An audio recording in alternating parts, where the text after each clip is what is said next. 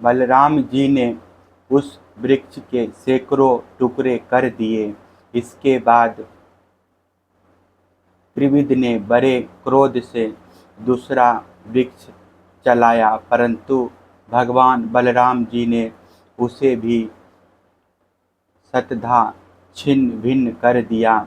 इस प्रकार वह उनसे युद्ध करता रहा। एक वृक्ष के टूट जाने पर दूसरा वृक्ष उखाड़ता और उससे प्रहार करने की चेष्टा करता।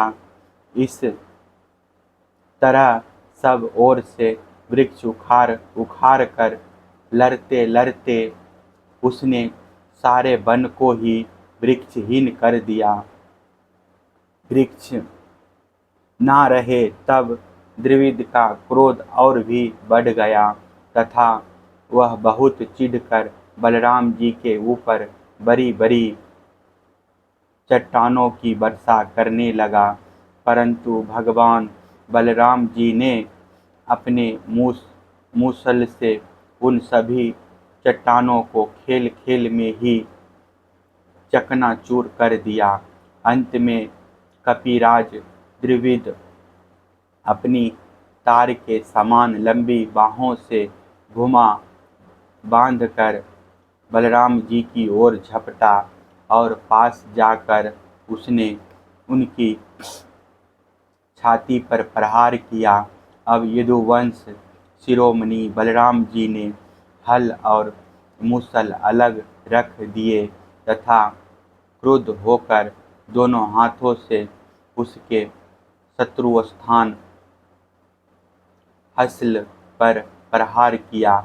इससे वह बानर खून उगलता हुआ धरती पर गिर पड़ा। परीक्षित, आंधी आने पर जैसे जल में डोंगी डगमगाने लगती है, वैसे ही उसके गिरने से बड़े बड़े वृक्षों और चोटियों के साथ सारा पर्वत हिल गया। आकाश में देवता लोग जय जय, सिद्ध लोग नमो नमः और बड़े बड़े ऋषि मुनि साधु साधु के नारे लगाने और बलराम जी पर फूलों की वर्षा करने लगे। परीक्षित, द्रविड़ ने जगत में बड़ा उपद्रव मचा रखा था, अतः भगवान बलराम जी ने उसे इस प्रकार मार डाला और फिर वे द्वारकापुरी में लौट आए। उस समय सभी पुरजन परिजन भगवान बलराम जी की प्रशंसा कर रहे थे।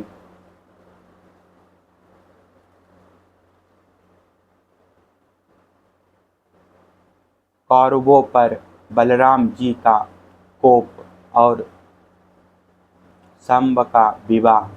श्री सुखदेव जी कहते हैं, परीक्षित, जामवती नंदन सांब अकेले ही बहुत बड़े बड़े वीरों पर विजय प्राप्त करने वाले थे। वे स्वयंवर में स्थित दुर्योधन की कन्या लक्ष्मणा को हर लाए। इससे कौरवों को बड़ा क्रोध हुआ। वे बोले, यह बालक बहुत ढीठ है, देखो तो सही, इसने हम लोगों की नीचा दिखाकर बलपूर्वक हमारी कन्या का अपहरण कर लिया। वह तो इसे चाहती भी ना थी, अतः इस ढीठ को पकड़ बांध लो। यदि यदुवंशी लोग रुष्ट भी होंगे तो वे हमारा क्या बिगाड़ लेंगे। वे लोग हमारी ही कृपा से हमारी ही दी हुई धन धान्य से परिपूर्ण पृथ्वी का उपभोग कर रहे हैं।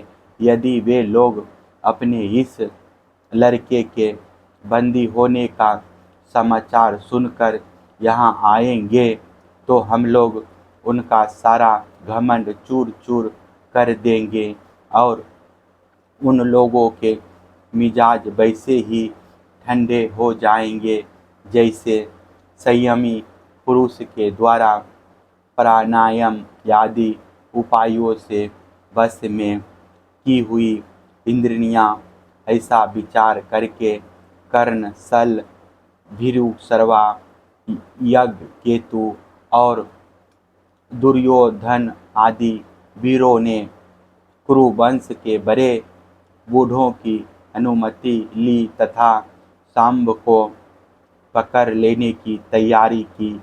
जब महारथी सांब ने देखा कि धृतराष्ट्र के पुत्र मेरा पीछा कर रहे हैं, तब वे एक सुंदर धनुष चढ़ाकर सिंह के समान अकेले ही रणभूमि में डट गए।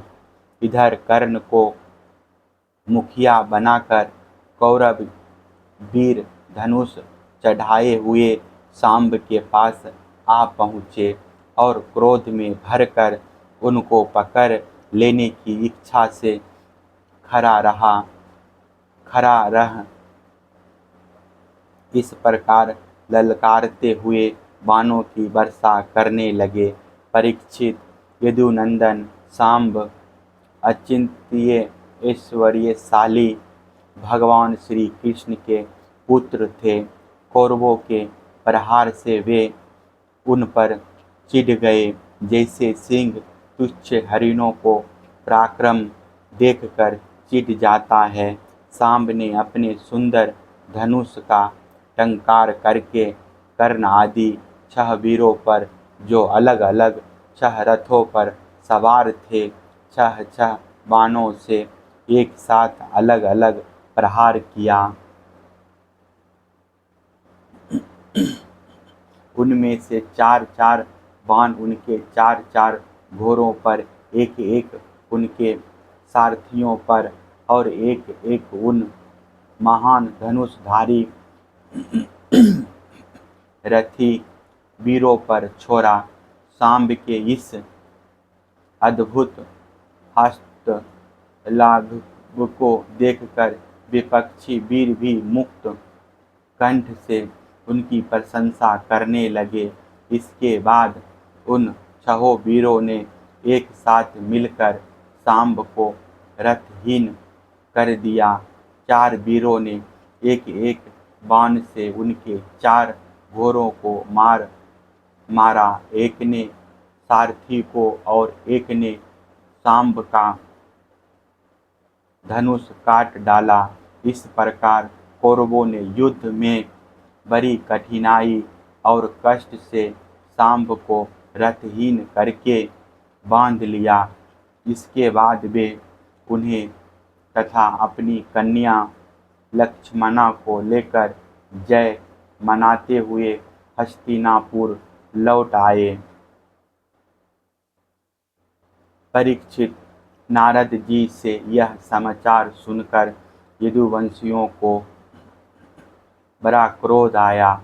वे महाराज उग्रसेन की आज्ञा से कौरवों पर चढ़ाई करने की तैयारी करने लगे। बलराम जी कलह प्रधान कलयुग के सारे पाप ताप को मिटाने वाले हैं।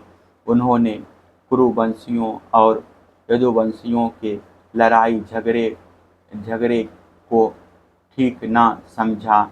यद्यपि यदुवंशी अपनी तैयारी पूरी कर चुके थे, फिर भी उन्होंने उन्हें शांत कर दिया और स्वयं सूर्य के समान तेजस्वी रथ पर सवार होकर हस्तिनापुर गए।